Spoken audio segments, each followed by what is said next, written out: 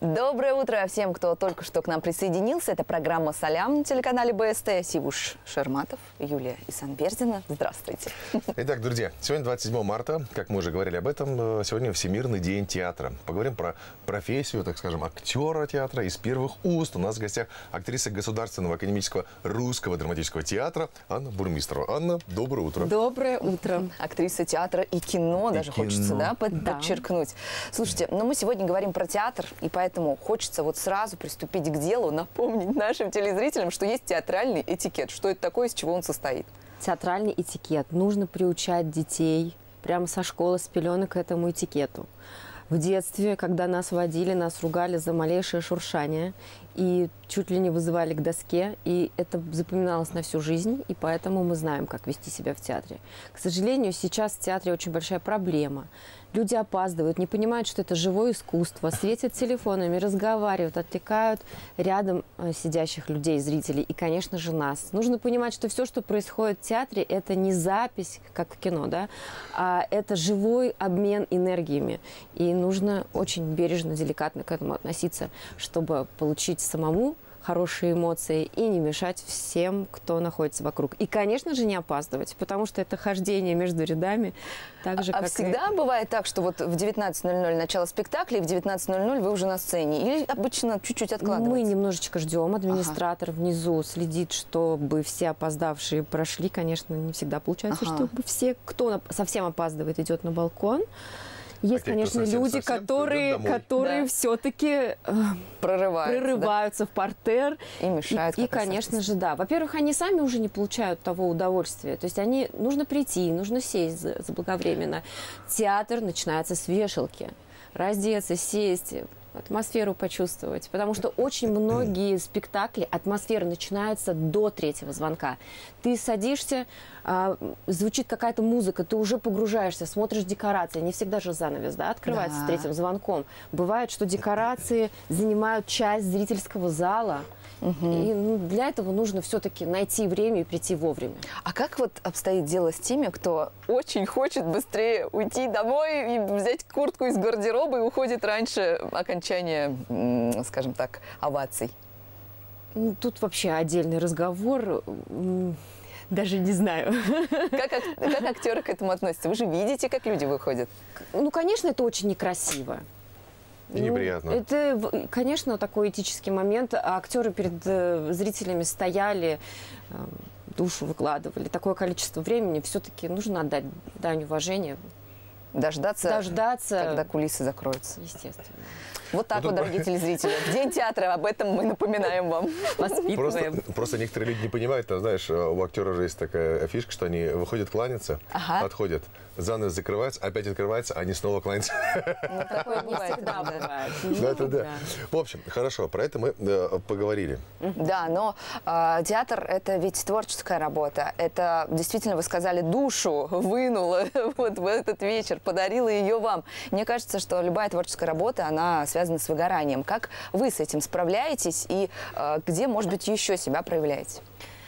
У меня не бывает выгорания, потому что когда только я начинаю чувствовать, что я устаю от какого-то дела, это, естественно, нормальный процесс, я переключаюсь на другое дело. И таких дел у меня очень много. Я могу почитать, я могу пописать. Например? Пишу стихи. И у меня многие существуют проекты. Также я преподаю актерское мастерство. То есть я переключаюсь с одного дела на другое. Откуда вдохновение на стихи? То есть о чем это? Про любовь, про жизнь, про детей? О чем? Основная, так скажем, стихи, наверное, все-таки про любовь. Про любовь. А про театр? Про любовь к театру? Конечно. Это тоже. Конечно. Но мы знаем, что буквально вчера состоялся один из таких творческих вечеров, который как раз можно назвать, да, переключением деятельности. Расскажите, пожалуйста, про то, как это прошло и где это было. Вчера это мероприятие состоялось в здании, в историческом, 1838 года. Это здание бывшего монастыря. Очень красивое место. Там у нас проходил наш музыкально-поэтический вечер. Ксения Кирсанова была за клавишами. Она педагог в Институте искусств, лауреат международных премий. И я. Мы подготовили вместе программу, отбирали каждое стихотворение, подбирали под каждую фразу музыку. Нам даже вчера отметили, что слышали такие проекты, даже не в Уфе, но музыка настолько подходила, что это было как в кино. Мы, говорит, проживали такую киноленту, то есть мы вот подбирали с таким трепетом каждому стихотворению музыку, чтобы она подходила, соответствовала настроению. Еще там такая, знаете, атмосфера, старый храм, высокие потолки, вот эти мощные вот стены. окна, да, стены Свечи, метровые, цветы. свечи, цветы. Получилось создать какое-то такое пространство. Конечно, большая благодарность организатору Рушане Сахибгареевой. Она вообще нам первая предложила в августе 2023 года провести сначала в Шаратоне это мероприятие, потом мы с Ксенией проводили несколько раз его самостоятельно. И вот вчера Рушана организовала еще раз такое, вот оно было уже достаточно масштабным. Мы не хотим останавливаться, потому что вначале это мероприятие было для нас экспериментом. Просто нам предложили, и мы решили попробовать. Я загорелась, поскольку я вообще очень люблю поэзию, сама пишу. Вот. А как стихи выбираются? То есть, ну вот, понятно, что музыка подбирается под стих, Сердцем. сердцем. Просто то, что легло на душу. Конечно. А свои стихи читали вчера? Нет. Но на следующем мероприятии, я думаю, я созрею. Давайте, раз уж мы заговорили, я думаю, у многих сейчас телезрителей возник такой вопрос, а как это вообще выглядит, что это такое?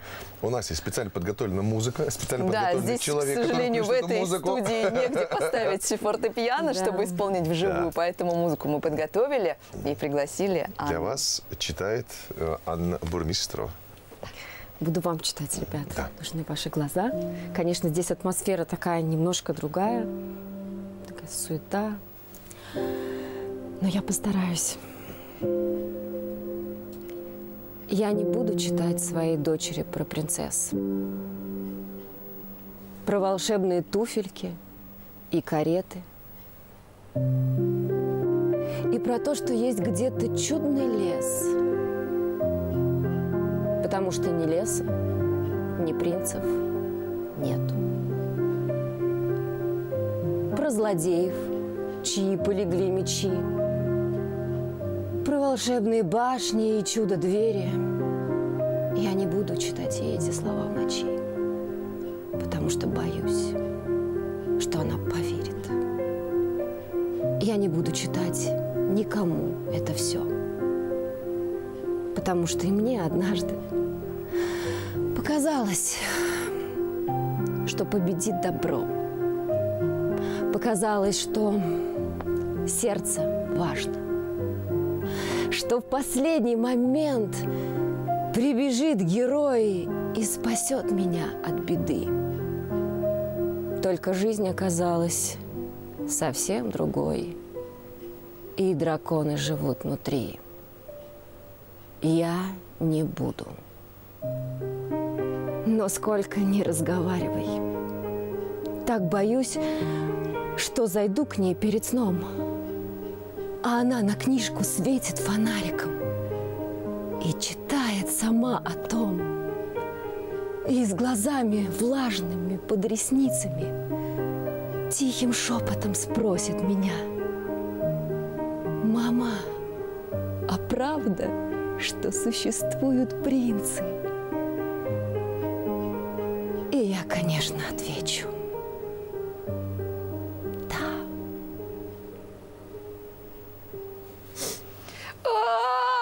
Меня съели мурашки только что. Браво, браво, спасибо, Анна. Это было очень красиво, очень проникновенно. День театра мы сегодня отмечаем просто на всю катушку так близко. Это надо ответить.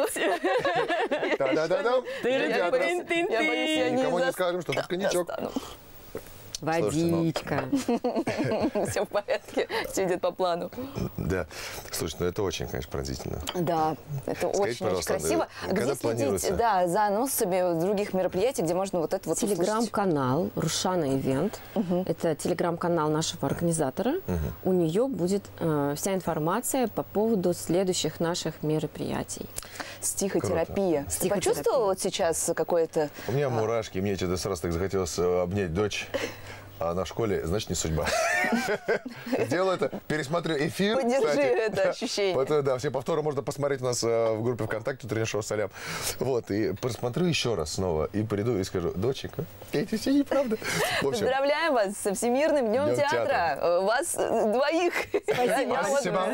Ну что, уважаемая коллега у нас была в гостях, Анна Бурмистрова, актриса Государственного академического русского драматического театра Республики Башкортостан.